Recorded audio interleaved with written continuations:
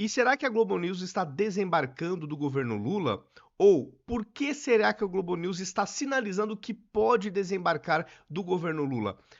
É um recado por quê? Alguma chantagem? Não sei. O que me chamou a atenção, eu vou trazer para vocês aqui 4 cortes de comentários dos jornalistas feitos ontem na Globo News, no mesmo programa, onde eles desceram a lenha no Lula e no governo Lula, criticando a falta de articulação no governo, criticando o fato de o Lula não entregar temporariamente o cargo para o Alckmin, já que ele está numa UTI, criticando a forma como ele tratou o presidente do Banco Central, o responsabilizando pelo dólar ter saído de 4,80 até o patamar atual. Enfim, foram múltiplas críticas feitas por múltiplos jornalistas diferentes. Então, isso que realmente me chamou muito a atenção. E é sobre essa guinada bem estranha da Globo News em relação ao governo Lula que eu vou comentar no vídeo de hoje.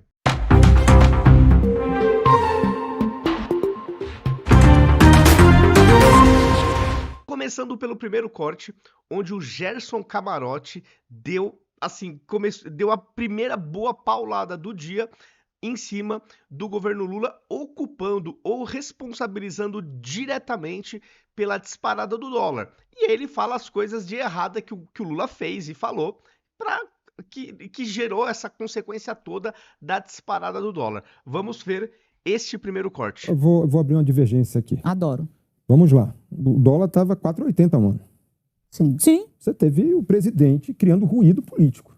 Ele colaborou, ele foi o principal vetor da questão do dólar. Não foi exterior, não foi problema externo. Foi uma fala descoordenada, um ruído político promovido por ninguém menos que o presidente da República. Você fala da questão dos 5 mil. Não. A gente está falando lá de trás. Eu estou falando há um ano, Dani. A mudança da meta. O que é muito grave, o que é muito grave o que o presidente Lula fez. É de uma gravidade sem precedentes. Ele criou um ruído político. Esse dólar estava 4,80, foi para 4,90, estava ali há um ano. Aí ele começa a dar paulada no Banco Central, questionando a autonomia. A autonomia é um ganho do ponto de vista de institucionalização do país. E o que o Lula conseguiu? Não, ele foi subir. Aí depois ainda faz um pacote fiscal que ele desidrata, demora um mês. Olha a gravidade da situação. A gravidade da situação. É preciso botar assim, ao invés de, pelo menos na fala, uma fala equilibrada, uma fala ponderada, uma fala sóbria sobre os rumos da economia, ele foi fazer populismo verbal. Aí depois, Dani, o que a gente vê na sequência, ele detonando o próprio ministro da Fazenda. Ele enfraquecendo, fragilizando e desidratando o próprio ministro Fernando Haddad, que é dele. Eu não acho que tem divergência. Isso é tudo muito Eu ia falar exatamente isso. Não estou vendo divergência. Não, mas aí a gente chega à situação atual. Que o Banco Central que ele indicou, porque já não é mais o Roberto Campos, vamos falar a verdade aqui. O que o Roberto Campos está fazendo é um favor para o senhor Galípolo. É um favor. Não, aí eu não acho não. Para blindar, lógico que é, Agora a gente não.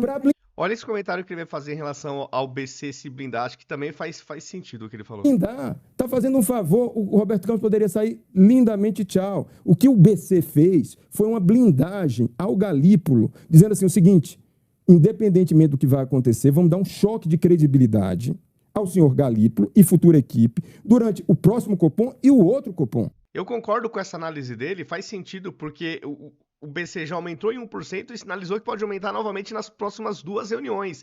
Então, meio que já deixou o Galípolo, assim, garantido. Se realmente se concretizar, se materializar esse aumento de 1%, meio que ainda vão poder atribuir, jogar um pouco a responsabilidade nas costas do Campos Neto, porque, ó, ele falou, ele já sinalizou, já deixou setado a expectativa no mercado e tal, então isso blindaria, pelo menos em tese, o Galípolo daqui para frente, porque certamente ele vai levar pancada do governo, mesmo tendo sido indicado, se ele mantiver, né, o juro subindo nessa escalada. Só que tudo vai depender do governo, obviamente, que a gente sabe que não vai fazer a sua parte e o BC vai ter que tomar a medida amarga. O culpado, o malvadão, vai ser sempre o BC. Mas assim, esse foi o primeiro corte aqui de críticas ao governo Lula. Vou mostrar para vocês o segundo corte, que é onde a Eliane Cantanhede critica fortemente o Lula pelo fato dele continuar no cargo. Pô, o cara tá numa UTI, operou a cabeça 2 vezes, quer dizer, é uma coisa assim inconcebível. E ela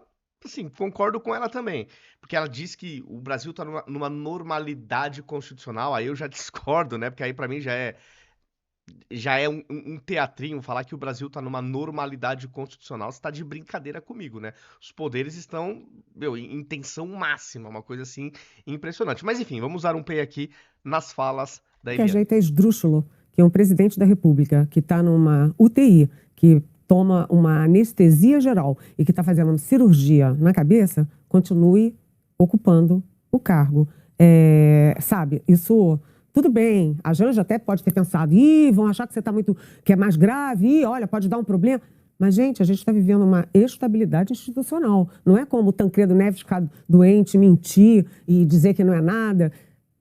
Eu acho que constitucionalmente não faz sentido um presidente da República, numa mesa de cirurgia, com a cabeça sendo operada, com anestesia geral, que ajeita esdrúxulo, que é um presidente da República que está numa UTI, que toma uma anestesia geral e que está fazendo uma cirurgia na cabeça, continue ocupando o cargo. Sabe, isso... Tudo bem, a Janja até pode ter pensado, vão achar que você está que é mais grave, olha, pode dar um problema. Mas, gente, a gente está vivendo uma estabilidade institucional. Não é como o Tancredo Neves ficar doente, mentir e dizer que não é nada. Eu acho que constitucionalmente não faz sentido um presidente da República, numa mesa de cirurgia, com a cabeça sendo operada, com anestesia geral. Pois é, concordo aí com a Eliane Cantanhede. Vamos dar um play aqui, aí eu vou comentando. Ela também fala algumas coisas interessantes sobre o nosso digníssimo governo. Você tem um problema de origem que é o sistema político brasileiro. E uma das críticas que a gente sempre faz ao Lula é que o Lula tinha uma baita popularidade. Ele saiu de 2 mandatos com 80% de popularidade, 7,5% de crescimento da economia brasileira. Ele tinha gordura. Bom, só uma interrupção, né? Nos 2 primeiros mandatos que não tinha rede social, enfim, pesquisas, né? Enfim, será que realmente era tão alta assim a popularidade dele? Não sei, eu tenho minhas dúvidas, mas seguindo. Dura para gastar e fazer uma reforma política, porque não é possível você ter 39 partidos, 40 partidos, e aí você tem o PRTB que dá sigla para o Pablo Marçal, e aí você, sabe, o Bolsonaro ora está no PSL, ora está no PL, enfim. Isso mostra, com relação, né, ao Bolsonaro, que o brasileiro está pouco se lixando para partido. Né? O brasileiro, no caso aqui, gosta do Bolsonaro, onde ele for vai continuar apoiando, né? Onde o Bolsonaro for vai continuar apoiando. Será que, de repente, não seria a hora de permitir candidaturas avulsas sem estar associada a partido político? Será que o sistema é do interesse do sistema permitir esse tipo de coisa? Porque, na minha leitura, seriam os candidatos mais fortes, no meu ponto de vista. Você tem um problema que não é um problema de pessoas, é um problema de sistema. E quanto mais fraco o presidente fica, menos condição ele tem de intervir nesse sistema. O Lula tinha. Nos primeiros mandatos, ele tinha e tinha a obrigação de fazer. Mas o Lula, naquele momento, estava muito vaidoso e entre o que era bom para o país e o que era complicado para ele, assim, na hora de optar, ele sempre optava assim, eu não vou queimar a minha popularidade. E o problema é o seguinte, nós fizemos o quê? Um diagnóstico. E nenhum de nós tem a resposta de como sair desse buraco. Porque antes a gente dizia, ganhe quem ganhar, o Centrão vai ser o dono do país. Agora não é só o Centrão. Né? Vamos dizer assim, é um Centrão ampliado, porque é o Congresso. Uhum. E o Dino tem toda a razão, porque o Dino tem personalidade, caráter, força moral de tomar a decisão. Mas é baseado na Constituição essas perguntas que eu faço. Quando falam que o ministro foi na coragem tomar a decisão. Foi na coragem, tá, mas tudo que fez, teve respaldo constitucional? É a pergunta que eu sempre me faço. E aí vai todo mundo para cima do Dino. Bom, e aí o último corte, que aí é um outro jornalista que eu nem conheço muito, né? Não leio, não assisto o Globo News, mas ele também deu sua pancadinha no Lula. Vamos Tusa, quando você falou, eu fiquei pensando nisso, da ausência do peso. Eu não acredito que tenha esse peso todo, não. Vou te explicar por quê. O que exatamente? O presidente Lula, eu acho que essa coisa solta que você percebeu essa semana, eu acho que não é sinônimo da ausência de Lula. Eu acho que é sinônimo do momento do governo. Você tem toda a razão, brilhante. Porque o Lula, ele tem atuado até menos do que atuou nos outros governos politicamente. E isso é uma questão que está sendo levada pelos parlamentares, da ausência dele nessa articulação política. E essa relação do governo com o Congresso, o momento que ela se encontra, eu, por exemplo, uma coisa que aí eu comecei a sentir de novo na conversa com vários líderes, é como a responsabilidade está sendo colocada nos ombros de Alexandre Padilha. Dessa falta de articulação política do governo, dessa falta de interlocução, e como os parlamentares têm cobrado alguém que consiga ter uma interlocução a partir do ano que vem, já estão falando nessa mudança, reforma ministerial, com o Davi Alcolumbre e com o Hugo Mota. Você precisa de um ministro das Relações Institucionais que tenha essa relação. Então, eu acho que esse sentimento que não é só seu, acho que todos nós aqui, de uma coisa muito solta, de uma semana, né, das coisas ali bem difíceis nessa relação, não se dá pela ausência do Lula. Acho que se dá por toda a fragilidade do governo e da articulação. E talvez a ausência do Lula não esteja só nesta semana em que ele de fato se ausentou, né? Dessa semana, mas estava antes. Agora, de qualquer jeito, é esdrúxulo que um presidente da República que está numa UTI...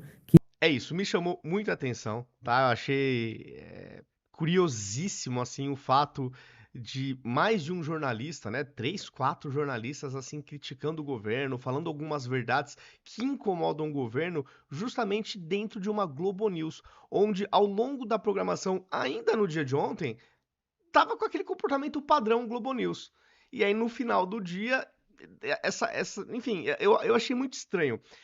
Será que a Globo News está aos poucos desembarcando e de repente será que eles estariam apostando no Alckmin já? Pode ser, é uma possibilidade, porque eu acho que muitas pessoas do sistema, vamos chamar assim, do establishment, são alinhados, né, com o Alckmin, que são aqueles tucanos da antiga, né? Então, assim, será? Não descarta essa possibilidade. E será também que a Globo News está passando algum recado pro governo? Ó, tô começando a falar mal, sei lá. Será que é alguma forma de chantagem para alguma coisa? Não sei. Tô aqui fazendo conjecturas, assim, porque realmente me chamou muitíssima atenção esse comportamento, tipo, baterem assim no governo, no próprio Lula, assim, mais um jornalista no mesmo programa, sabe? Sendo uma pauta mais negativa do que positiva pro governo.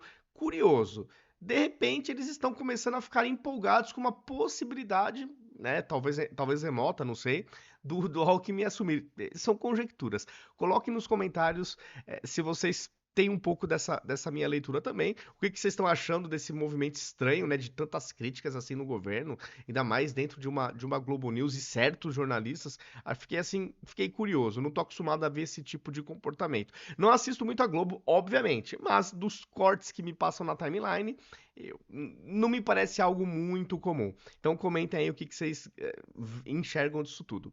Se gostaram do vídeo, deixe um like para aumentar o engajamento, né? Para as plataformas entregarem os meus conteúdos para mais pessoas. Se gostaram também, compartilhem nas suas redes sociais, nos seus grupos de WhatsApp, no Telegram, para a gente também sair da bolha.